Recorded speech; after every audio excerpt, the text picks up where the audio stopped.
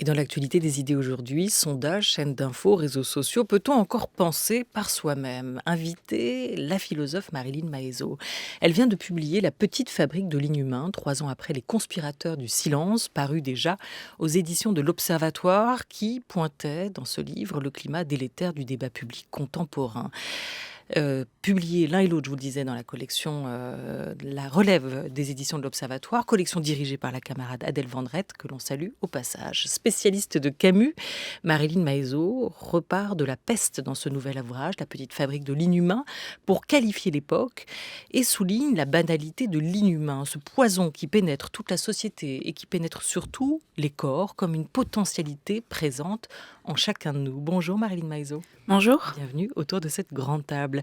À vos côtés, Julien Bisson, bonjour. Bonjour Lydia. Dans un nouveau numéro du 1 Hebdo, dont vous êtes le rédacteur en chef, vous revenez sur la sondagite aiguë qui touche, qui mine notre démocratie. La sondagite, le terme est de Laurent Geilsheimer dans son édito. Vous revenez sur cette inflation de sondages qui prend et prétend nous donner le pouls de l'opinion jour après jour. Pour le politiste Alexandre Désé, on est dans une logique perpétuelle d'emballement. Est-ce que c'est la Zemmour-mania, pour reprendre le mot d'Arnaud Mercier, autre participant à ce numéro, qui a suscité ce dossier?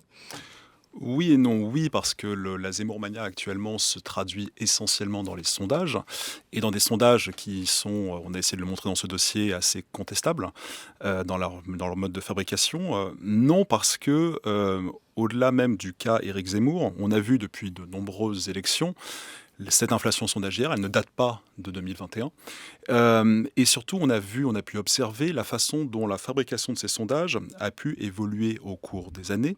On avait auparavant des grandes centrales qui produisaient ces sondages avec des appels au téléphone, avec des rencontres, avec des grandes enquêtes. Aujourd'hui, on a ubérisé, c'est ce que disent nos intervenants dans ce numéro, on a ubérisé petit à petit la fabrique de ces sondages, et cela en soi a changé les résultats, a changé la façon dont ils étaient produits, et donc la façon dont ils vont pouvoir ensuite être utilisés dans le débat politique. Ça ne se limite donc pas simplement au cas Éric Zemmour, mais à tous les candidats qui vont se présenter pendant les 5 mois que va encore durer cette campagne. Alors, comment on hystérise le débat? C'est le titre de ce nouveau numéro, de ce dossier du 1 Hebdo qui sort en kiosque demain.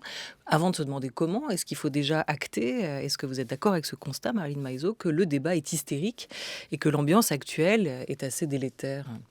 Alors, tout dépend ce qu'on entend par hystérique. C'est vrai que c'est un terme qui est assez connoté historiquement. J'ai envie de dire qu'il y a un Comment il est emballement. connoté? Il est connoté étymologiquement, j'ai envie de dire.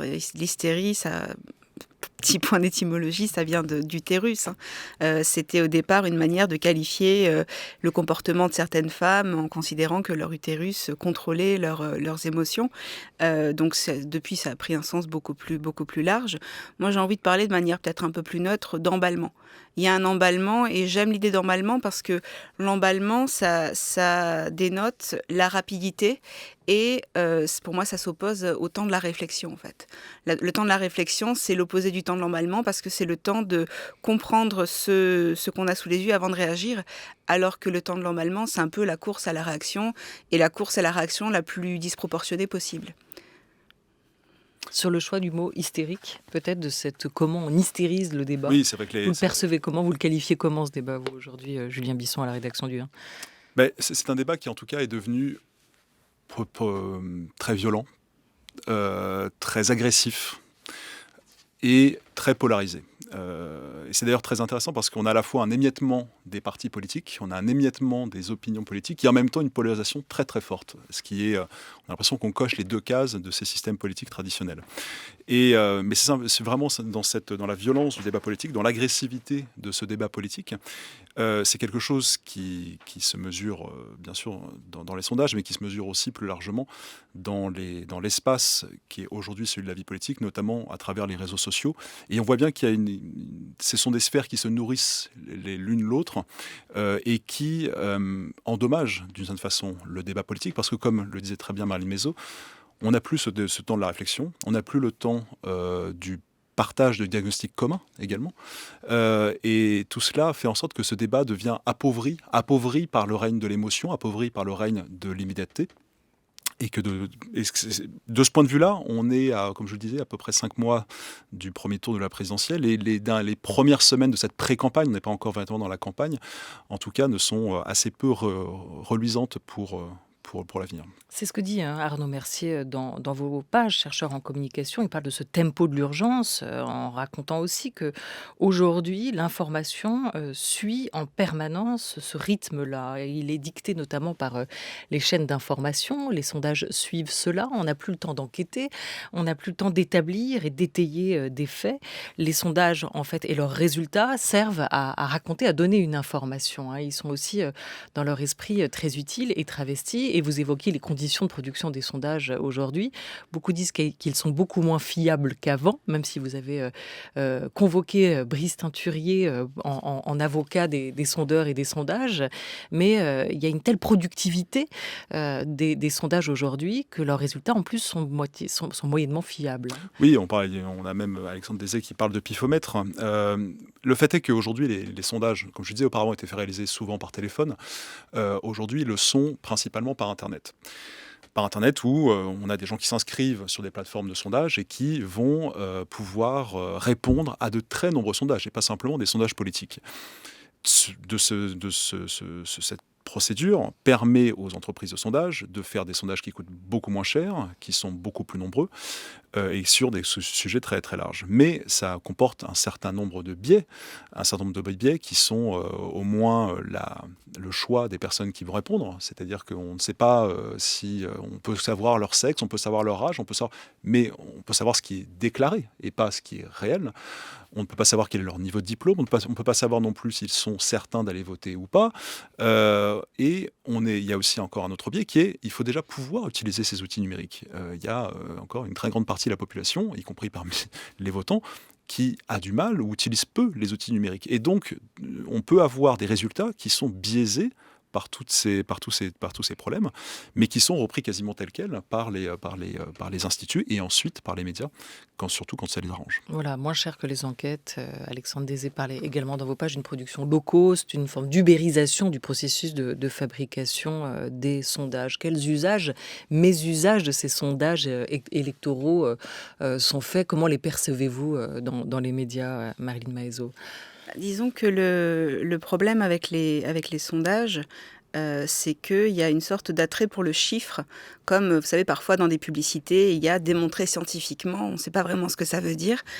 Parfois, les expériences ne sont pas vraiment des expériences, mais démontrer scientifiquement, ça donne une autorité, une certaine légitimité aux produits que vous vendez. Le problème avec les sondages, c'est que les chiffres, si vous voulez, ont tendance à marquer assez vite les esprits.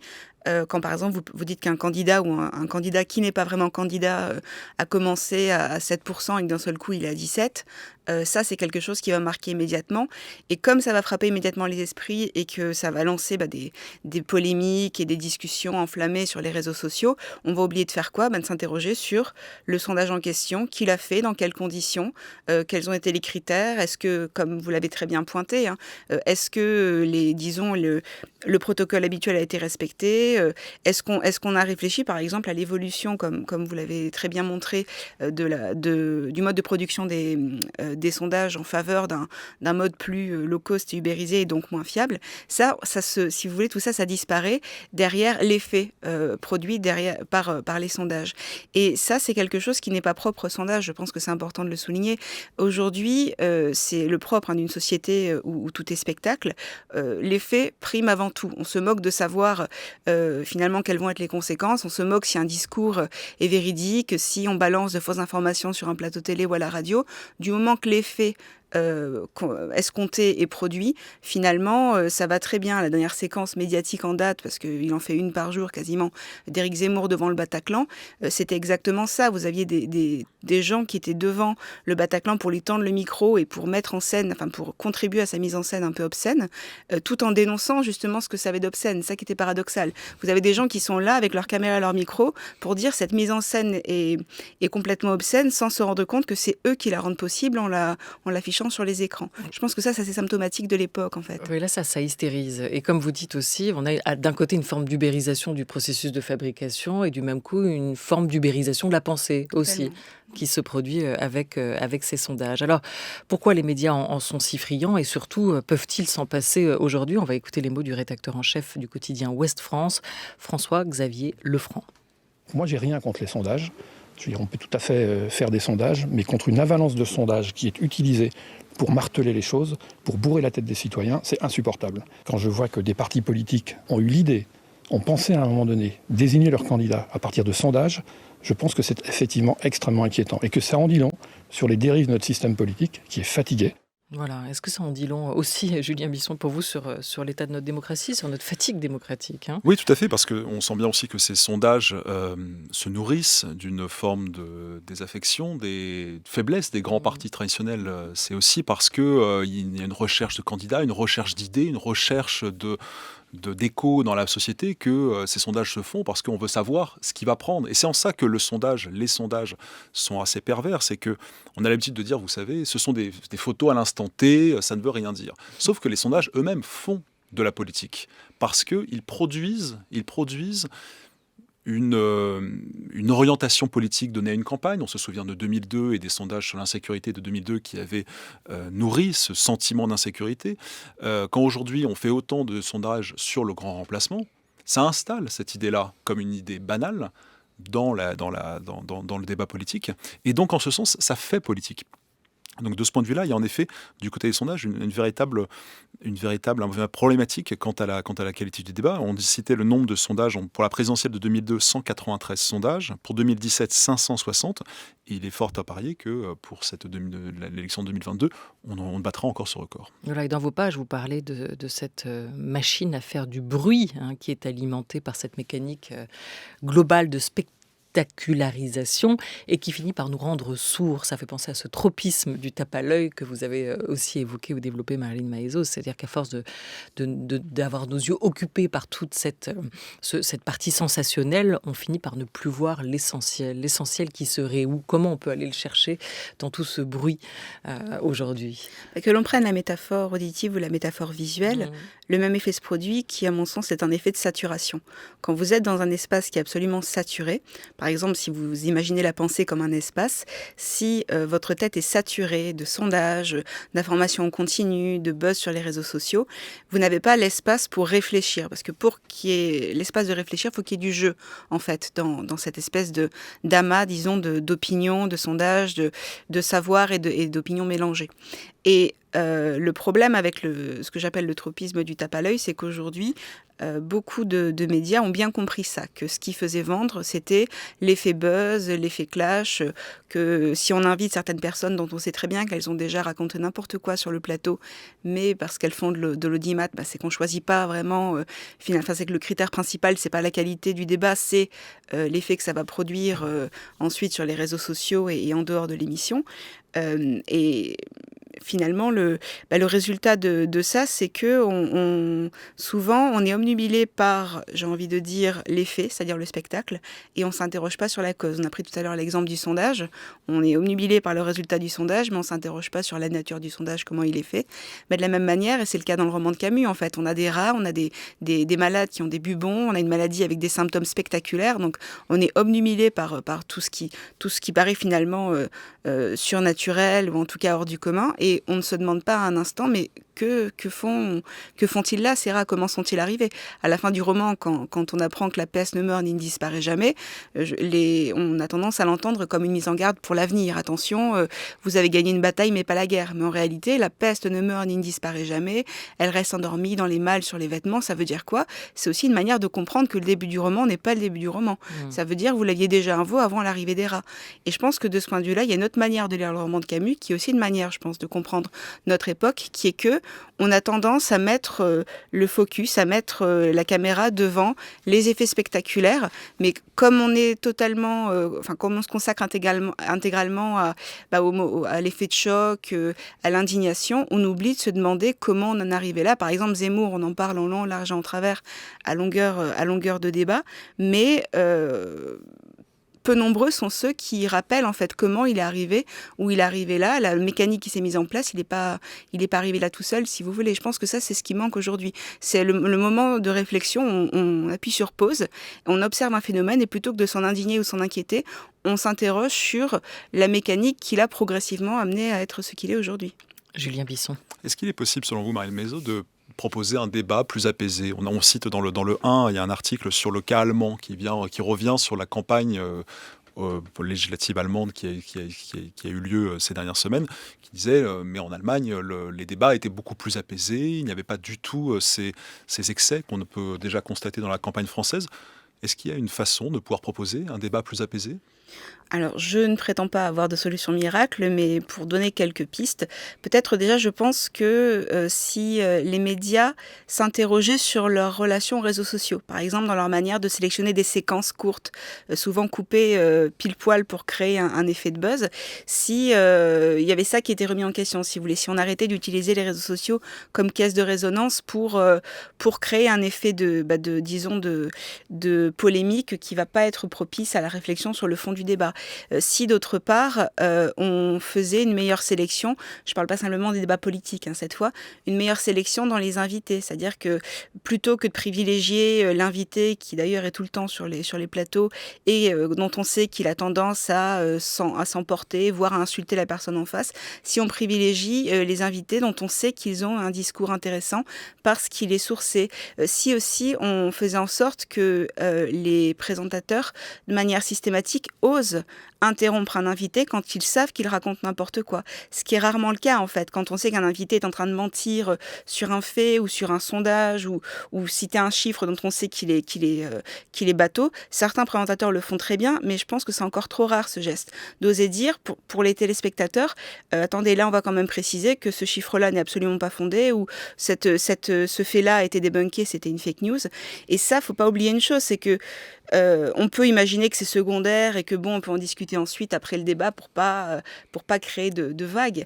Mais faut pas oublier que les débats sont télévisés ou sont à la radio et que donc du côté du téléspectateur ou de l'auditeur, s'il n'y a pas cette remise en question, on se retrouve avec des gens qui vont entendre des informations qui sont fausses, qui vont repartir avec, et ça va avoir des effets ensuite terribles, non seulement sur leur connaissance, mais de manière générale sur leur rapport à la connaissance, sur leur rapport aux autorités scientifiques. Il ne faut pas oublier que le surplus ou l'excédent dont on parlait tout à l'heure d'informations, fausses, vraies, un petit peu mélangées, ça a cet effet qui est délétère. On parle souvent de la peste du complotisme. La peste du complotisme, comme celle du roman de Camus, elle tombe pas de nulle part.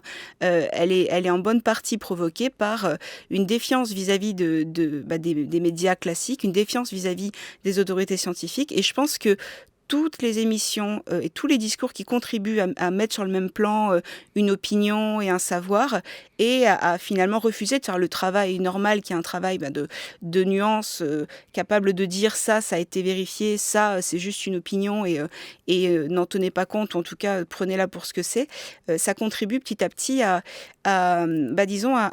rompre, en tout cas à dissoudre notre rapport au réel. Alors certains médias s'y essaient, à la télévision comme à la radio, prendre le temps du débat, choisir ses interlocuteurs, les laisser aller jusqu'au bout de leurs réponses aussi, et les interrompre tant que faire se peut quand ils disent faux. Vous avez évoqué les sondages et à l'instant, Mariline Maezot, les réseaux sociaux. C'est vrai qu'on peut élargir la réflexion assez facilement des sondages jusqu'au réseau, Twitter, Facebook, et les algorithmes qui créent des bulles, des tropismes quand l'opinion n'est pas volontairement manipulée. Julien Bisson, vous parliez de l'Allemagne. C'est intéressant d'écouter à ce propos la lanceuse d'alerte issue de Facebook, Frances Haugen, qu'on entendait pas mal ces temps-ci, en tournée en Europe pour dénoncer l'absence de transparence du réseau. Toutes les démocraties sont vulnérables par rapport au choix que fait Facebook aujourd'hui. Comme on l'a vu avec les élections présidentielles de 2020 aux États-Unis, Facebook sait que beaucoup de changements doivent être opérés sur la plateforme pour garantir la sécurité de ces élections. Et ce que j'ai pu constater, c'est que Facebook n'est pas prêt à garantir le même niveau de sécurité pour garantir l'impartialité des élections. Facebook sometimes treats any given election as a special election. Quelquefois, il arrive que Facebook traite une élection comme une élection particulière. Et pour cela, ils vont procéder à beaucoup de modifications sur la plateforme pour la sécuriser par rapport à une élection. Je ne sais pas si la France fait l'objet de cet intérêt, mais avant que je quitte l'entreprise Facebook, le seul pays qu'il traitait équitablement, c'était l'Allemagne, qu'il traitait avec suffisamment de soin. On sait que, par exemple, la Russie s'intéresse à compliquer ou truquer des élections démocratiques. Et si on ne procède pas à des changements conséquents, substantiels sur cette plateforme, eh bien, des pays comme la Russie vont continuer d'utiliser Facebook comme une arme contre nos sociétés ouvertes. Voilà, c'est intéressant cette comparaison entre les États-Unis, la France et l'Allemagne, sachant qu'on est à moins d'un an maintenant de l'élection présidentielle, temps fort de notre vie démocratique et électorale. Il y a ce risque-là, hein, ce risque de manipulation de l'opinion. Et pour ça, les réseaux sociaux sont la porte ouverte à ce type d'intervention, en jouant justement sur l'état de l'opinion, sur l'état du débat. Parce que le fonctionnement des réseaux sociaux est propice à ça, en fait. Il ne faut pas oublier que c'est un outil, comme les algorithmes d'ailleurs, et que comme n'importe quel outil, ça peut être utilisé pour le meilleur comme pour le pire. L'effet de viralité des réseaux sociaux, ça peut aider par exemple à faire circuler une campagne de solidarité pour récupérer des fonds. Donc ça, c'est le meilleur. Et ça peut aussi servir à diffuser à une vitesse absolument spectaculaire une fake news, sans qu'ensuite, si vous voulez, les corrections aient le même impact. Il me semble qu'il y a des expériences qui ont été faites qui ont montré qu'une fausse information avait tendance à se diffuser beaucoup plus vite qu'une vraie information, ce qui donne un peu l'image de l'hydre de Lerne, en fait. Le temps que vous mettez à décapiter une fake news, vous en avez 3 qui repoussent, et c'est ce qui rend les choses difficiles. D'autre part, les réseaux sociaux, outre disons, l'effet de viralité qui les caractérise, ce qui peut être un peu embêtant, c'est finalement l'absence d'une véritable modération en dehors de ce qui contrevient à la loi. Par exemple, vous pouvez très bien raconter des mensonges. Il y a certains mensonges, notamment quand ils émanent de chefs d'État, on l'a vu avec Trump, qui font que Twitter, par exemple, peut censurer. Mais globalement, à l'exception de quelques personnalités publiques identifiées, il est très facile de faire circuler des mensonges sur les réseaux sociaux sans pour autant que votre post soit supprimé. Et je pense que ça a un effet délétère. Et Twitter, on en est où, vous qui vous êtes essayé, Marilyn Maezot, à philosopher sur Twitter? Ah, je me suis pas assise à philosopher sur Twitter, j'ai observé, j'ai regardé et j'ai participé. Parce que c'est impossible de faire l'un sans l'autre. Pour vraiment comprendre comment fonctionne Twitter, il faut devenir un twitto. Et là, ça fait 6 ans maintenant que je crois que j'y suis arrivée. Et on fatigue assez vite, en fait. Je me suis beaucoup retrouvée dans l'état d'esprit du roman de Camus, La Peste, justement, lorsque Rambert, le journaliste, dit « La peste, ça consiste à recommencer ». Et j'ai eu cette impression-là, en fait, que tentative pour clarifier un point, pour relancer du débat là où il y avait une polémique, pour faire en sorte que quelqu'un qui débarque dans votre TL, comme on dit, qui vous insulte sans raison, mais finalement, vous arrivez à discuter avec. Au bout de 6 ans, je vous avoue qu'on finit par fatiguer parce que on se rend compte que c'est beaucoup plus facile, en fait, soit de contribuer à la polémique, soit de laisser courir, plutôt que d'essayer de réintroduire et réinjecter du débat. Donc je pense que les réseaux sociaux, parce qu'ils sont le produit de notre société, parce qu'ils en sont le reflet et la caisse de résonance, la meilleure manière, en fait, d'améliorer leurs usages et d'assainir l'atmosphère qu'on y trouve, c'est de régler ces problèmes à l'état macro, plutôt à l'échelle macro, qui est celle de la société. Julien Bisson. Oui, c'est frappant de voir à quel point ces réseaux sociaux devraient être un espace d'échange pour partager des diagnostics et arriver à des récits communs sur lesquels on pourrait tous se raccrocher. Alors c'est évidemment pas tout ça qui se passe, il y a une manipulation très forte. On a vu encore ces derniers jours la révélation qu'il y a des faux comptes qui sont créés pour parodier, décrédibiliser certains mouvements politiques. Et c'est vrai que de ce point de vue-là, il y a une véritable responsabilité aussi des grandes plateformes. Il y a des demandes qui sont faites, Frances Haugen en reparlait aussi, de pouvoir par exemple reproposer, ce qui était le cas au départ, une vision chronologique dans notre fil de ce qui pouvait arriver, c'est-à-dire que vous voyez ce qui a été posté le plus récemment. et pas ce qui a déjà été beaucoup reposté. Ça permettrait justement d'arriver à corriger d'une certaine façon les dérives qui ont lieu avec les phénomènes viraux, mais ce n'est pas ce que souhaitent ni Facebook ni Twitter, parce que ça contreviendrait à leur modèle publicitaire.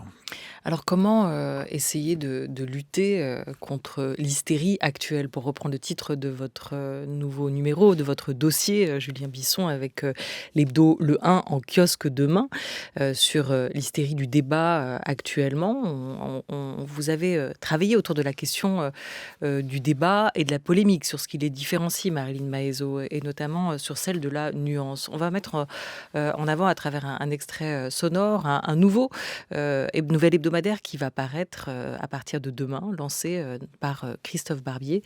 Il s'appellera Franc-Tireur, et en voici le manifeste. La société française est en danger, elle est tiraillée par des tensions, les extrêmes sont en pointe, pas seulement les extrêmes politiques, aussi les extrêmes intellectuels. On voit les complotistes, on voit les obscurantistes se répandre, notamment sur les réseaux sociaux, avec des fausses nouvelles, avec des mensonges, et mettre en danger la raison, le bon sens, l'intérêt général. J'ai la chance et l'honneur de diriger la rédaction de Franc-Tireur, mais ce n'est pas une rédaction comme les autres. Elle est composée d'individualités qui ont toutes un parcours éloquent dans leurs combats économiques, sociaux, intellectuels, politiques. Je réunis ces gens-là pour leur fournir l'occasion d'exprimer leurs idées, leurs convictions, les mettre au service de la population qui parfois est déboussolée. Voilà, c'est un juste milieu que le magazine Franc-Tireur entend trouver, avec son équipe de penseurs ou journalistes, dont Raphaël Enthoven et d'autres autour de Christophe Barbier. Des extrêmes, trop de propos extrêmes, de propos radicaux aussi, de la nuance à remettre. C'est un phénomène de polarisation qu'il décrit et qui existait déjà, par exemple, à l'époque de Camus. Camus l'a déjà décrit à plusieurs reprises. Vous avez cité notamment ce texte où il parle de la polémique. C'est en 1949, lorsqu'il dit que le mécanisme de la polémique, ça consiste à simplifier l'adversaire et par conséquent à refuser de le voir. Cette simplification est le fruit de cette polarisation, en fait. Quand vous êtes dans une logique de polarisation où le plus important, c'est de pouvoir ranger immédiatement quelqu'un dans un camp ou dans l'autre, il est important de pouvoir le simplifier, et donc de ne pas entendre ce qu'il dit et la nuance dans son propos, mais de réussir à le catégoriser dans un propos, un discours caricatural préexistant. Ça, c'est l'antithèse du débat. Mais aujourd'hui, tout le monde vante la nuance. Est-ce que dans la nuance, il n'y a pas aussi un peu de fadeur? C'est Jean Birnbaum du Monde qui appelle au courage de la nuance. Alors, tout dépend justement comment on l'utilise. C'est souvent le cas quand vous avez un mot qui est très utilisé. Au bout d'un moment, ça crée un effet de mode. La nuance, le risque, c'est que ça devienne un espèce de mantra ou de slogan. Moi, j'en appelle à revenir à Camus de ce point de vue-là pour ne pas oublier quel est son sens originel. Et d'ailleurs, Jean Birnbaum, dans son livre, parle beaucoup et bien de Camus. Camus explique très bien dans L'Homme révolté que la nuance ou la mesure, qui est l'autre nom qu'il lui donne, c'est le contraire de la tiédeur, et que paradoxalement, parce qu'on a peut-être tendance à considérer que la nuance, justement, c'est l'entre-deux, c'est la demi-mesure, c'est la position de celui qui n'ose pas trancher. Et il explique qu'au contraire, la position confortable, c'est l'extrémisme. Pourquoi ? Parce que c'est beaucoup plus facile de réagir de manière disproportionnée, de s'énerver, de laisser cours à ses émotions, que de réussir à trouver une position intermédiaire, une position de ligne de crête, réussir à réfréner son envie de, on pourrait dire aujourd'hui, de commenter sur le vif, de s'indigner avant de réfléchir. Ça, c'est quelque chose qui nous parle beaucoup. À l'inverse, la nuance, c'est une position qui consiste à garder comme seul horizon la volonté d'atteindre le vrai, quelles que soient les conséquences. Ce qui veut dire que pour la personne qui est vraiment dans une logique de nuance, elle se moque de savoir ce qu'un camp ou l'autre va dire de son propos. Elle se moque de savoir si elle va se retrouver toute seule au milieu du champ de bataille. Le propre de la nuance, en fait, c'est de créer des esprits libres et des esprits qui pensent par eux-mêmes. Et voilà, et au-delà de la nuance, du coup, on en revient à l'enjeu central de cette discussion, penser par soi-même, seul ou en groupe, et résister du coup à la tentation de la meute, à cet effet, à ce journalisme de meute qu'évoque Arnaud Mercier autour des sondages et de l'utilisation qui peut en être faite aujourd'hui. Oui, il rappelle bien que normalement dans les entreprises partagent un secteur en ne venant pas chercher les endroits où il y a trop de concurrence, et que le journalisme est un secteur au contraire où on fait de la meute. Moi, j'aurais vous poser la question de savoir si la nuance que vous évoquez, elle elle est incompatible avec la radicalité. Pour reprendre un mot qu'on a beaucoup utilisé dans ces dernières semaines dans le débat politique, est-ce que la nuance est incompatible avec la radicalité ou est-ce que la radicalité, c'est toujours l'extrémisme? Et ce serait la dernière question. Je pense que non, elle n'est pas incompatible avec la radicalité, et que justement, le risque aujourd'hui, c'est de confondre la radicalité et l'extrémisme. L'extrémisme, c'est ce qui désigne justement cet effet de polarisation où c'est tout ou rien, où on est pour ou contre, où il faut choisir son camp camarade. La radicalité, ça peut dériver vers l'extrémisme, mais fondamentalement, le geste radical, c'est celui qui consiste à aller au fond des choses et à saisir les problèmes à la racine, hein, comme le terme l'indique de manière étymologique. Au tout début de l'homme révolté, je terminerai là-dessus, au tout début de l'homme révolté, lorsque Camus décrit la naissance du phénomène de révolte, le moment où l'esclave se révolte contre son maître, il explique que ce geste est radical, parce que ce que l'esclave fait en disant non à son maître, c'est aller puiser en lui-même, donc à la racine en lui-même, la part d'humanité qu'il reconnaît en lui comme en son maître et qui du coup rend illégitime la différence de traitement, la différence de dignité objective entre le maître et l'esclave. Donc il demande à être traité comme son égal. Or, ce qu'explique Camus, c'est qu'à partir du moment où l'esclave comprend que ce qu'il revendique, c'est la dignité humaine, ce qu'il a en commun avec le maître et que donc il revendique une égalité de traitement, ça pose une limite. Et cette limite, c'est je ne peux pas déshumaniser le maître, je ne peux pas par exemple le tuer et prendre sa place, parce que ça serait trahir ce qui est à la racine de ma révolte, qui est finalement ce que nous avons en commun en tant qu'être humain. Et de ce point de vue-là, c'est ça en fait qu'on trouve dans la radicalité, c'est le retour au commun des mortels.